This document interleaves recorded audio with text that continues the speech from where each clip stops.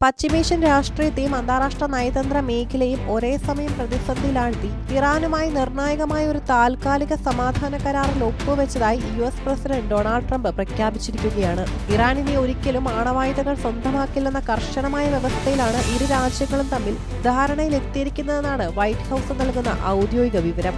എന്നാൽ ഈ പ്രഖ്യാപനം പുറത്തു വന്നതിന് പിന്നാലെ കരാറിലെ നിർണായക വിവരങ്ങൾ ഇപ്പോഴും കനത്ത അവ്യക്തതയായി തുടരുകയാണെന്ന ആക്ഷേപവും ശക്തമാണ്. ഒരു വശത്ത് ചരിത്രപരമായ നയതന്ത്ര വിജയമെന്ന് ട്രംപ് ഭരണകൂടം അവകാശപ്പെടുമ്പോഴും മറുവശത്ത് കരാറിന്റെ സുതാര്യതയെക്കുറിച്ചും വ്യവസ്ഥകളെക്കുറിച്ചും അന്താരാഷ്ട്ര നിരീക്ഷകരും മാധ്യമങ്ങളും ഒട്ടനവധി ചോദ്യങ്ങൾ ഉയർത്തുന്നുണ്ട്.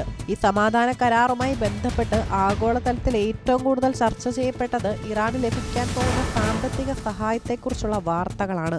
കരാറിലെ വ്യവസ്ഥകൾ കൃത്യമായി പാലിക്കുകയാണെങ്കിൽ ഇറാന്റെ തകർക്കപ്പെട്ട സമ്പദ് വ്യവസ്ഥയെ പുനർജീവിപ്പിക്കുന്നതിനായി ഏകദേശം $300 കോടി വമ്പൻ പുനർനിർമ്മാണ ഫണ്ട് US അനുവദിക്കുമെന്നായിരുന്നു ആദ്യഘട്ടത്തിൽ പുറത്തുവന്ന റിപ്പോർട്ടുകൾ.